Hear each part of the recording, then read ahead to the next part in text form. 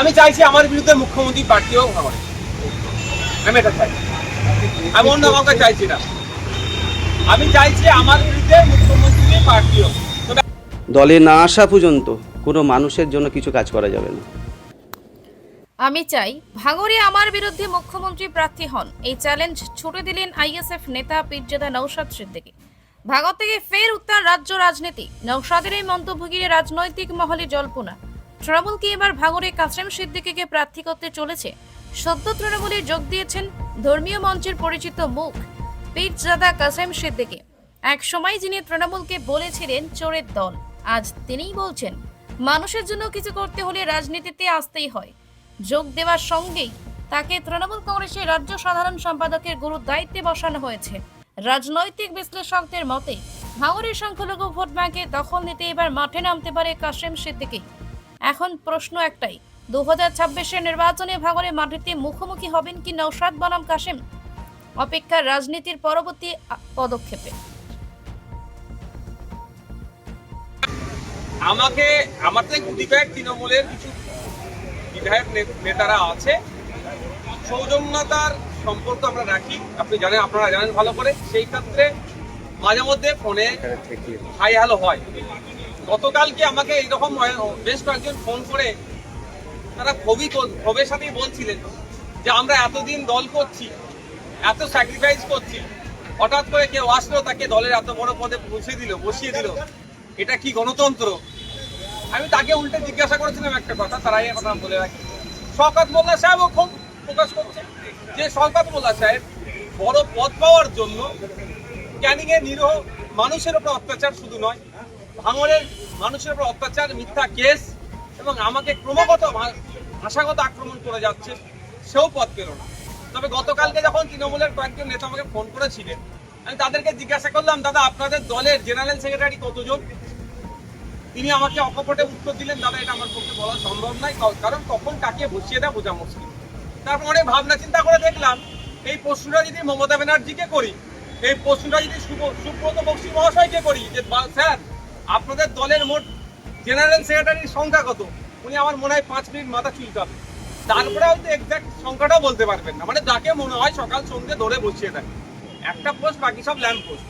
শওকত মোল্লা সাহেবের এখন অস্থিরতা বাড়বে, কারণ যে কাসেম ভাই সাহেবের সম্পর্কে, ভাইজান সম্পর্কে শওকত মোল্লা এতদিন আক্রমণ করেছে, বাই ডিফল্ট ডেজিগনেশন অনুযায়ী কাসেম ভাইজান শওকত মোল্লার অনেক ওপরে বসছে। কাসেম ভাইজানকে এখন ভাইজান সম্বোধন করতে হবে, ফলে ওনার একটু ফাটবেই।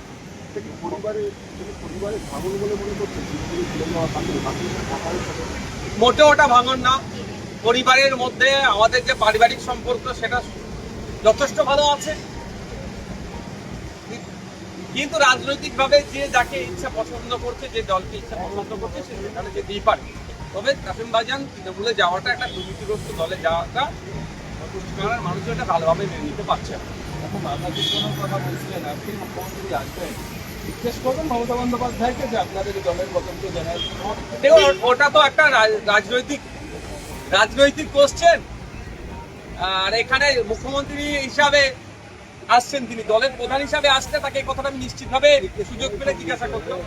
তবে এখানে সুযোগ পেলেও আমি সে কথা জিজ্ঞাসা করবো না, কারণ এটা একজন মুখ্যমন্ত্রী হিসাবে আজকে বিধানসভায় আসছে। কোনো সময় যদি নবান্নে যাওয়ার সুযোগ হয়ে যায়, যদি হয়, তাহলে ওখানে গিয়ে যদি সময় পাই তাহলে জিজ্ঞাসা করবো।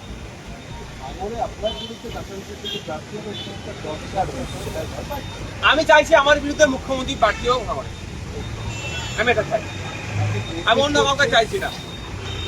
আমি চাইছি আমার বিরুদ্ধে মুখ্যমন্ত্রী প্রার্থীও। তবে একটা কথা জানিয়ে রাখি, পশ্চিমবাংলার মুসলিম সম্প্রদায় তৃণমূল থেকে যেভাবে মুখ ফিরাতে শুরু করেছে, কাউকে দিয়ে ড্যামেজ কন্ট্রোল করতে যদি চাই সেটা হবে না। কারণ একের পর এক পদক্ষেপ তৃণমূল কংগ্রেসের, মুসলিম সম্প্রদায়ের মানুষজন ক্ষিপ্ত হয়ে উঠছে।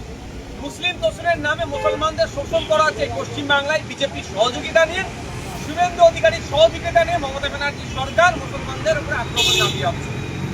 কখনো ওয়াকফ সংশোধনী আইনের বিরুদ্ধে প্রতিবাদ করতে গেলে মিথ্যা মামলা দিয়ে জেল খাটানো হচ্ছে, তো কখনো দিল্লি যাওয়ার নিধান দিচ্ছে। ফলে পশ্চিমবাংলার মুসলমানরা তৃণমূল কংগ্রেসের কাছ থেকে মুখ ফিরিয়ে নিচ্ছে। কাউকে নিয়ে এসে যদি মনে করে এই ভাঙাবাদ জোড়া লাগবে, জোড়া লাগাবার চেষ্টা হচ্ছে, সেটা বিদ্যা হবে।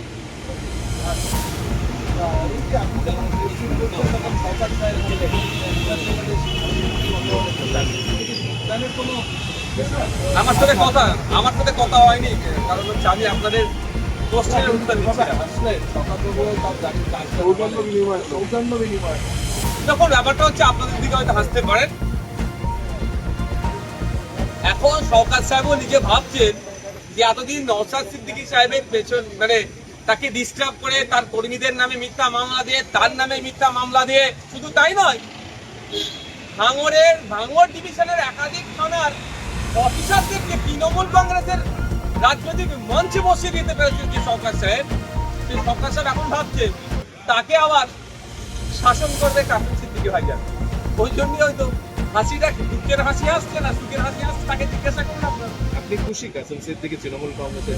দেখুন, এখন অন্য রাজনীতি দলে গেছে, আমি তৃণমূলের কংগ্রেসের চরম বিরোধী, বিজেপি চরম বিরোধী, খুশি হওয়ার প্রশ্ন আসবে কেন? তবে হ্যাঁ, রাজনৈতিকভাবে আমি তাকে স্বাগত জানাবো, রাজনৈতিক ময়দানে রাজনৈতিকভাবে মোকাবেলা করার জন্য। এরপরে কাসেম সিদ্দিকীর কথা হচ্ছে কখন না হয়ে ফুরফুরা শরীফের বিদ্যালয়ের রাজনীতি আছে, এটা কি খুব ভালো সংকেত নাকি অন্য কোনো সংকেত? অসুবিধা কোথায়? আমি তো মনে করি আরো বেশি বেশি করে যারা ধর্মীয় গুরু তাদের রাজনীতিতে আসা দরকার। রাজনীতিকে বাইরে থেকে কন্ট্রোল করার থেকেও সরাসরি রাজনীতিটা বাইরে থেকে কন্ট্রোল করলেই বেশি নোংরামি হয়। সে যখন কাউকে পদ্মশ্রী প্রাইজ দেওয়া নিয়ে যে চর্চা হয়েছিল, এইগুলো যেমন চর্চা হচ্ছে, এটা থেকে সরাসরি রাজনীতি করে। বাইরে থেকে কাকে ইঙ্গিত করছি? দশের দিকে আহ্বান জানাবেন রাজনীতিতে আসার? আমি সকলকে আহ্বান জানাবো। পিস নিউজ বাংলা, সত্যের পক্ষে, শান্তির পথে।